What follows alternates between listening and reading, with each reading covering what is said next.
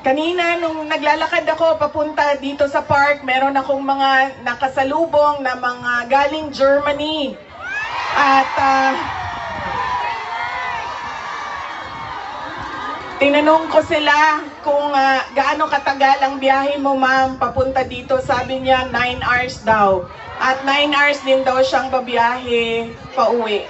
So ganyan ang pinapakita ninyo na pagsuporta kay Pangulong Duterte at pagmamahal sa ating bayan. Maraming salamat sa inyong lahat. Alam ko, lahat kayo may hanap buhay, may kailangan asikasuhin, may mga personal na pinagdadaanan, merong kailangan na paglalaban na gawin sa mga damit ninyo, paglilinis ng bahay, pagbayad ng utang,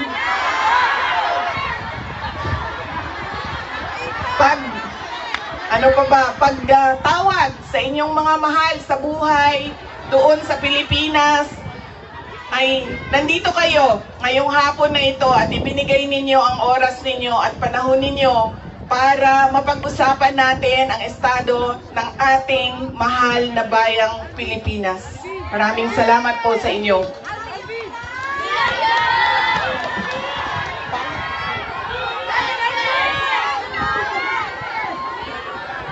Naikwento ko na ito noon, pero mas mahalaga yung kwento ngayon dahil napag-usapan namin siya ni Pangulong Duterte doon sa loob ng detention center ng ICC. Noong ako ay bata pa, lagi sinasabi ng hindi niya yung generation ng tatay ko, 1940s, 1950s, 1960s, hindi sila yung mga magulang na tulad ngayon sa atin na ini-explain natin sa ating mga anak kung bakit natin ginagawa ang mga bagay-bagay. Lagi dapat may explanation. Sa kanilang henerasyon ay diretso ka lang pagsasabihan or pagalitan. Ganun yung generation nila. Nung ako ay lumalaki, lagi niya sinasabi sa akin, hindi ka tao sa paningin ko kung hindi ka doktor o abogado. Lagi niya yan paulit-ulit habang ako ay lumalaki. Lagi niya yan sinasabi, pag hindi ka natapos ng pag-aaral mo, magiging abo ka dyan sa gilid ng daan. You always emphasize that you mean nothing to the world if you do not finish your education. That was his, that is my greatest gratitude to my father.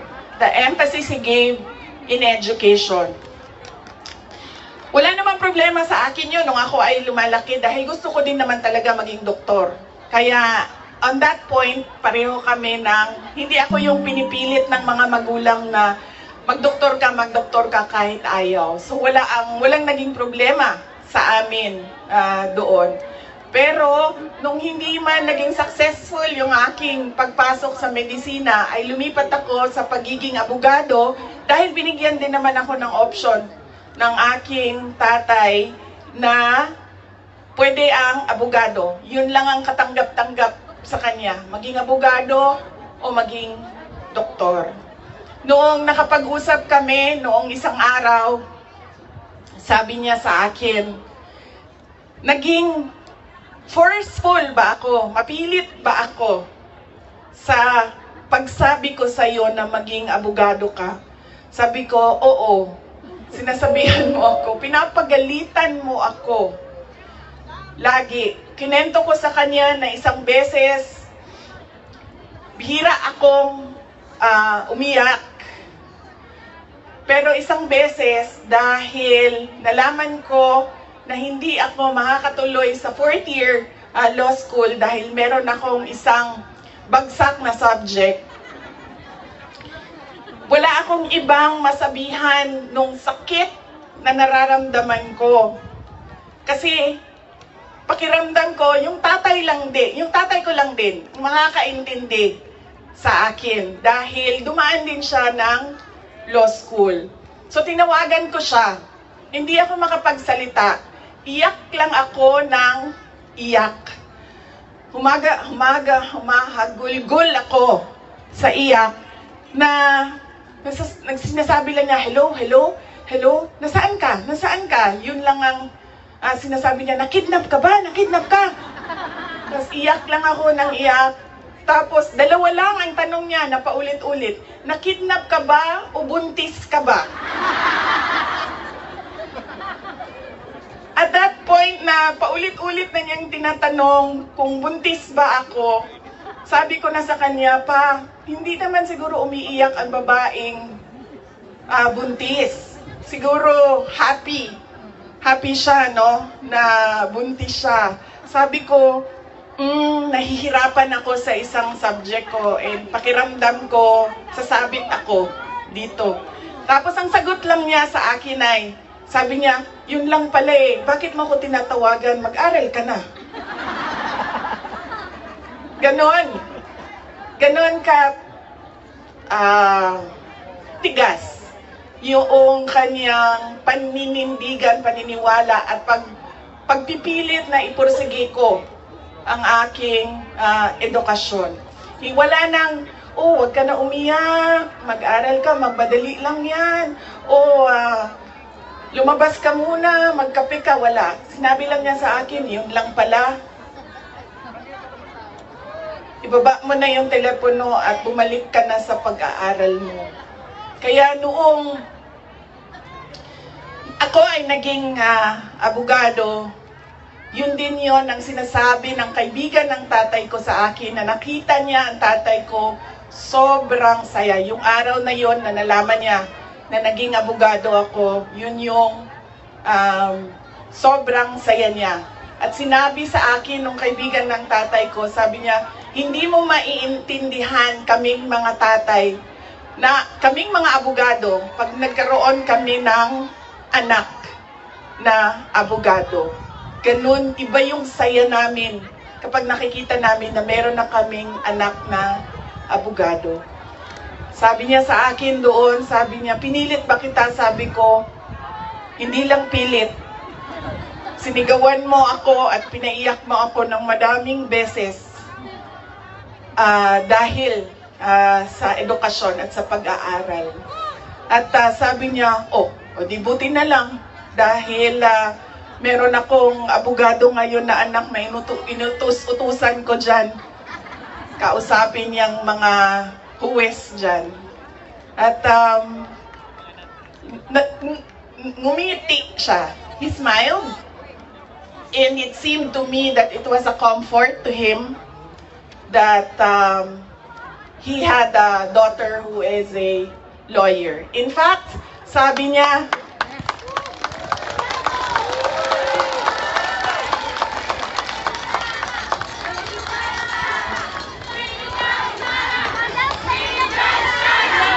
Inday Sara Duterte! Inday Sara Duterte! Inday Sara Duterte!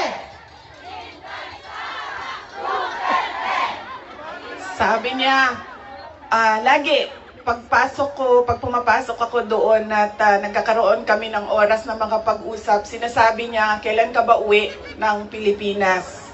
Anong date ka uuwi ng Pilipinas? Anong ginagawa mo dito? Bakit hindi ka pa umuwi sa Pilipinas? Sinasabi ko sa kanya, inaayos ko lang yung sistema dito at pagkatapos inaantay ko yung mga kapatid ko na pumunta dito. At sinabi niya, ito din, may patama din or diretso din, bullseye din sa edukasyon. Sabi niya, sabihan mo si Paulo na okay lang ako. At huwag siyang pumunta dito hanggang hindi matapos ang eleksyon at maging congressman siya ng 1st District ng Davao City. At sabi niya, sabihin mo kay Baste, hindi siya pwedeng pumunta dito hanggang hindi matapos at ma-elect siyang Vice Mayor ng Davao City.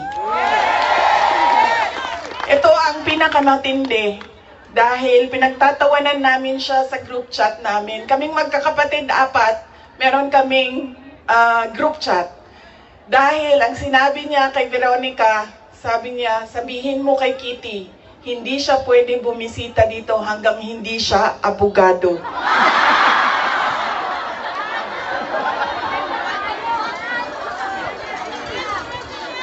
Sabi ni Kitty, grabe ang overacting ni Papa. So, ibig sabihin ba, mga 5 years. She has 5 years until she becomes a lawyer. Na meron pa akong 5 taon na bago ako makabisita. Ganon siya kahit na nandun siya sa loob, ang kanyang iniisip, unang-una, yung mga kapatid ko na kailangan magtrabaho para sa syudad ng Davao, yung kapatid ko na kailangan mag-aral. Yun pa rin ang iniisip niya. At kapag tinanong mo siya, pa, ano ba ang kailangan mo dito sa loob? Ang sinasabi lang niya, alam mo yon, mga bagay na shaving cream, Coke Zero,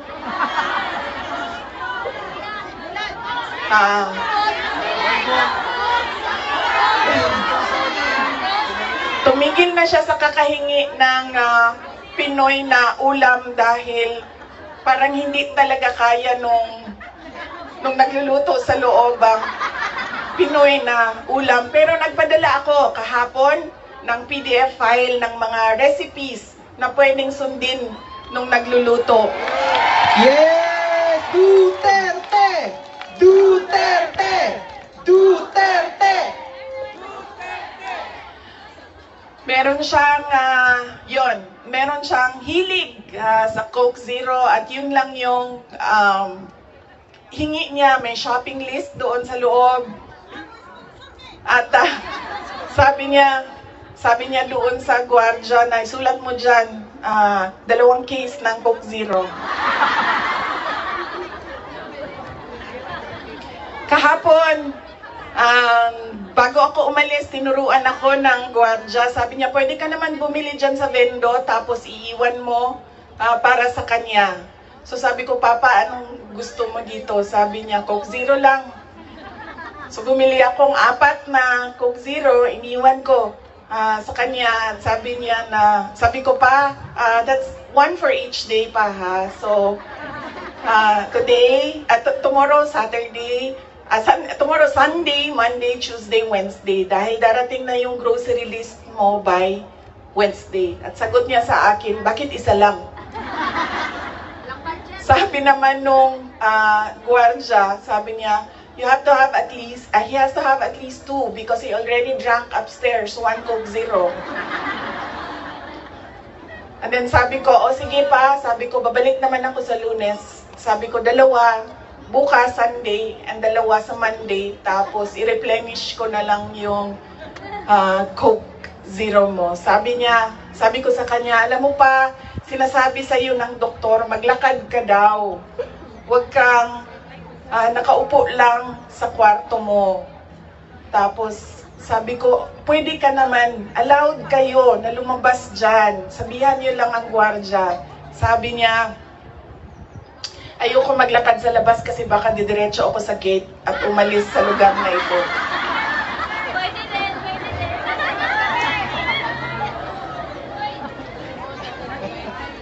Nagkakaroon na rin siya ng mga kaibigan, yung mga tao doon sa loob ay nagiging kaibigan na niya. At hindi ko lang alam, baka paglabas niya marunong na mag-Dutch. Pero karamihan nung kasama niya sa loob ay French speaking. So,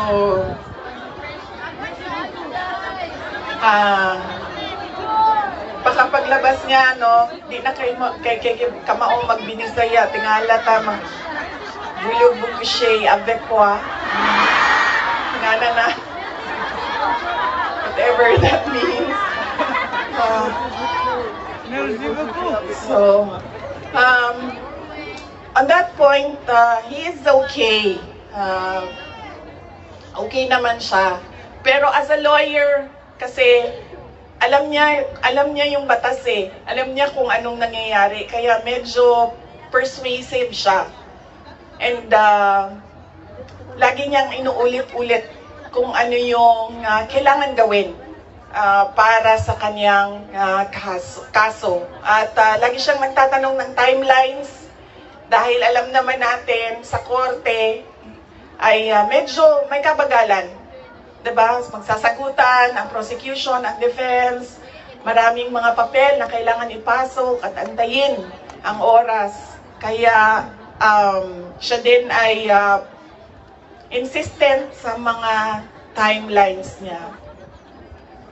Pero ang sinasabi niya lagi, alam niya na mali ang ginawa. And at to the very minute na tinulak siya paakyat ng eroplano, ilang beses niya sinabi na I want to be tried in a Filipino court before a Filipino judge and a Filipino prosecutor. Because he knew that number one, wala talagang basihan yung kaso. 43 counts of murder. Ang sinasabi nila na thousands. Totoo yan, ma'am. Kaya minsan naisip ko, naging kaso lang ba ito dahil sinusulat sa media na thousands ang namatay. I do not even understand paano naging crimes against humanity ang 43 counts of murder na ngayon ay lumalabas, hindi naman ata totoo lahat yung mga witnesses at yung mga complainants. But that is a thing for the courts and the lawyers to discuss inside. Ano bang pwede nating gawin? Ang pwede natin gawin ay i-demand na ipauwi or iuwi nila si Pangulong Duterte. Bring him home! Bring him home! Bring him home! Bring him home! Bring him home! Bring him home!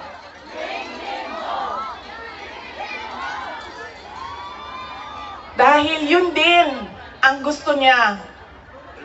Araw-araw na nandun ako, sa mga araw na nandoon ako, isa yan sa paulit-ulit niyang sinasabi, kailan mo ako mapalabas dito dahil darating ang eleksyon, mag-mayor pa ako ng syudad ng Davao. Bring him home! Bring him home! Bring him home! Bring him home! At yun ang gusto niya. Gusto niyang umuwi. Sinabi ko din sa kanya yon pa. Sabi ko, yung kagustuhan mo na umuwi, yan din yung katapusan ng buhay mo. Magiging Ninoy Aquino Jr. ka. At sinabi niya sa akin, sabi niya, kung ganyan ang kapalaran ko, then so be it. Basta lang mauwi ako sa Pilipinas.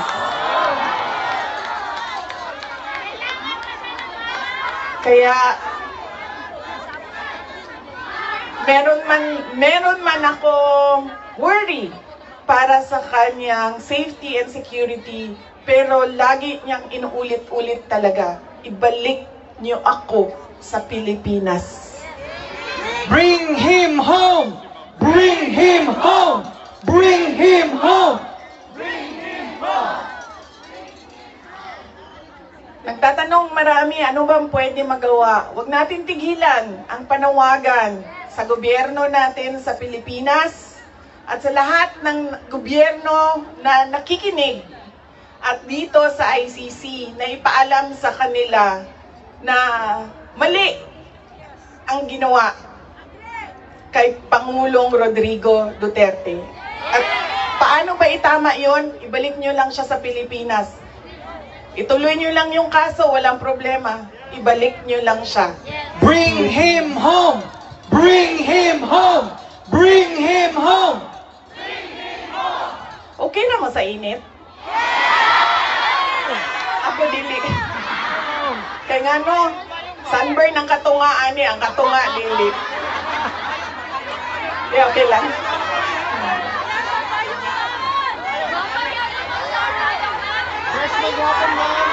Hindi, okay lang, okay lang. Binuangan lang tamo. Naka-ready ang sunblock diri doble. Okay lang, sir. Kaya di nila makita na ako ang mata kung magkalok ka. Oh. Okay? Unsa pa ba'y, ano pa ang pwede nating gawin?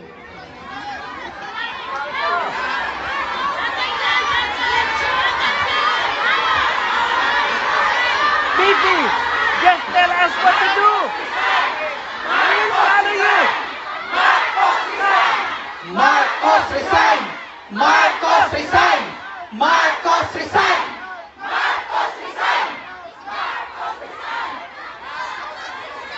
Kayo nagsabi niyan, hindi ako ha. Bukas, suspended na kayong lahat. Nakulong na kayong lahat sa sedition. At kayo, hindi na kayo makakauwi dahil kinulong na kayo dyan sa... Okay, okay. Sabi mo. Sabi mo, tatay.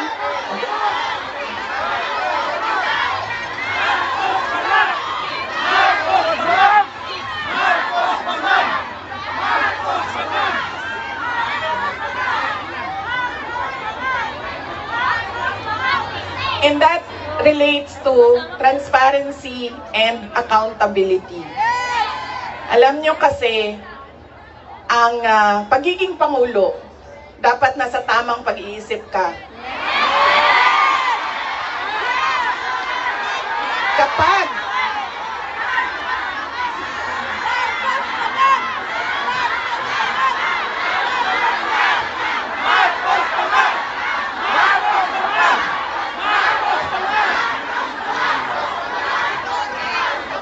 dahil nasa mga polisiya mo at desisyon mo ang kinabukasan ng kabataan at ng bansa.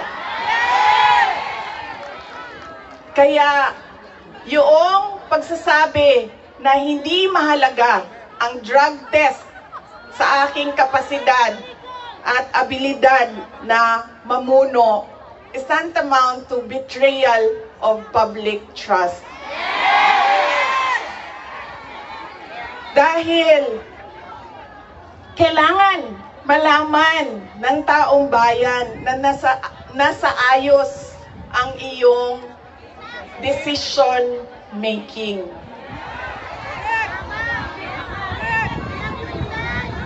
Kaya hindi lang naman natin pwede sabihin, Marcos resign. Bakit ba kailangan resign? Dahil hindi mo pinapakita sa taong bayan na maayos kang mag-isip at kaya mo ang mamuno.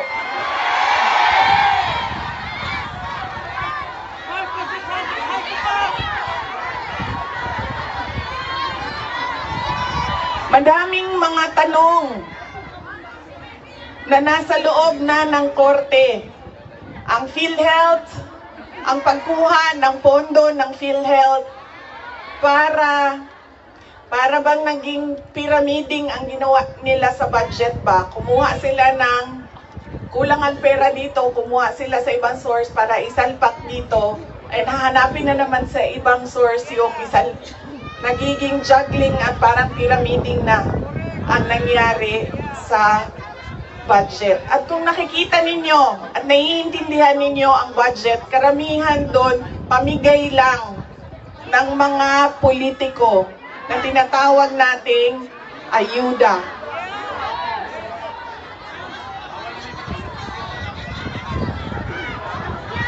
Tumakbo kami sa plataforma ng unity at continuity. Continuity, kasali na doon ang big ticket projects o mga build projects ni Pangulong Duterte. Pero wala kayong nakikita ngayon na development projects. Dahil lahat yon ay nakatago sa mga proyekto na pamigay o nandoon lang sa bulsa ng kontraktor at ng politiko na gumawa kuno ng project. Makikita ninyo na hindi handa ang Kongreso sa paggawa ng budget dahil may mga blanco doon sa enrolled bill na pinasa nila. Ibig sabihin, walang nag-iisip at hindi pinag-isipan paano ba natin gamitin ang pera ng gobyerno na makita natin na merong kapayapaan at kalambuan, kauswagan sa ating bayan. Noong ako ay tinanong noon bakit ako nag-resign sa Department of Education. Sabi ko, unang-una, personal yon. Meron kaming personal na hindi ko gusto na ginawa niya sa akin. Pangalawa, dahil sa loob ng Department of Education. Sinabi ko na itong noon, personal ko to na experience. Yung budget ng school building program ng Department of Education, pinaghati-hatian lang sa loob ng House of Representatives. Noong unang taon, nagawan ko ng paraan. Sabi ko, hindi pwede, sige, kung yan ang gusto ninyo, yan ang makapagpapasa ng budget. Para magkaroon ng budget ang Department of Education, dadaan pa rin kayo sa validation ng regional offices ng Department of Education. Pag sunod na taon, naisipan na nila kung ano ang gagawin nila at hindi nila ma-deny ito dahil nakikita ninyo sa papel. Kaya wala din kumukontra sa akin dahil nakikita sa papel. Ang ginawa nila, gumawa sila ng sarili nilang listahan. Doon nakikita mo, pinaghati-hatian nila ang school building program at inattach nila sa General Appropriations Bill na sinabmit nila sa Senado. Sinabi namin sa mga senators, nakita nyo ba kung anong ginawa? Sabi nila, oo, nakita namin kung anong ginawa ng House of Representatives. Sabi ko, please, hindi natin masasolve ang problema ng school building program kung ganito lagi ang nangyayari sa budget ng new construction. And meron pang ibang problema sa loob ng budget. Sinubukan ng mga senators na tanungin, pasagutin, sumasagot, yes, pero pagdating sa BICAM, anong nangyari? Wala namang wala namang totoong BICAM kung saan pinag-uusapan ang paggamit ng pera. Ang desisyon